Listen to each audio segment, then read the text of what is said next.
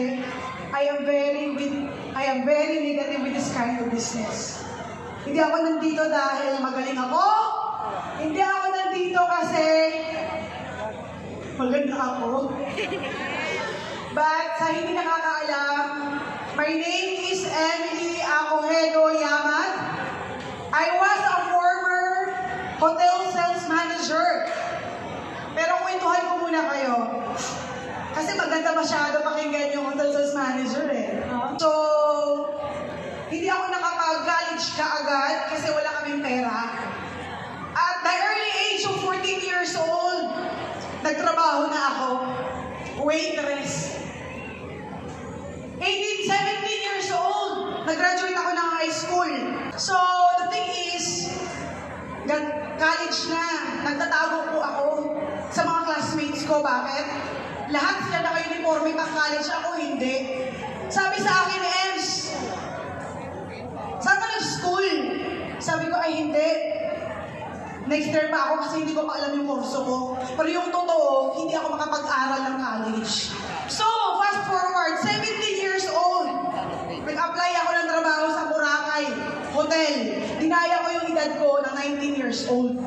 At doon ko nalaman, mamaan, na hindi pala pwedeng wala kang pinag-aralan. Kasi bakit? In-interview ako dun eh. Tapos ang liit ng tingin ko sa sarili ko. Kasi alam mo bakit? Hindi ako graduate. After 2 years, nag-ipon ako pang college. Bumalik ako sa school. Kinuha ko yung walang, how do you call that? Pag teacher ka, kailangan mo lang di ba? Board. Oo, ayoko ng ganun. Kasi di ako matalino. Hindi nga ako graduate na first honor. Walang honor, no? So, pumasok ako, nag-aral ako, kasama ko yung lola ko, yaya. Alam mo kung bakit ko ginawa mag-aral? Tingin ko, education yung papayaman sa akin. And I even asked myself, kasi ang tingin ko, kapag graduate ka, na maganda yung grades mo, maganda trabaho mo. I asked myself, paano ba ako mag-honor student? Buong buhay ko, hindi ako na-honor.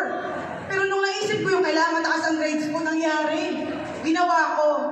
So, okay na. Nag-graduate na ako. Eh, buhok ko sa pag-ibig. Kung mag-ibig man. Wala na yung pangarap. Kung mag-ibig. So, nagkadalawang anak.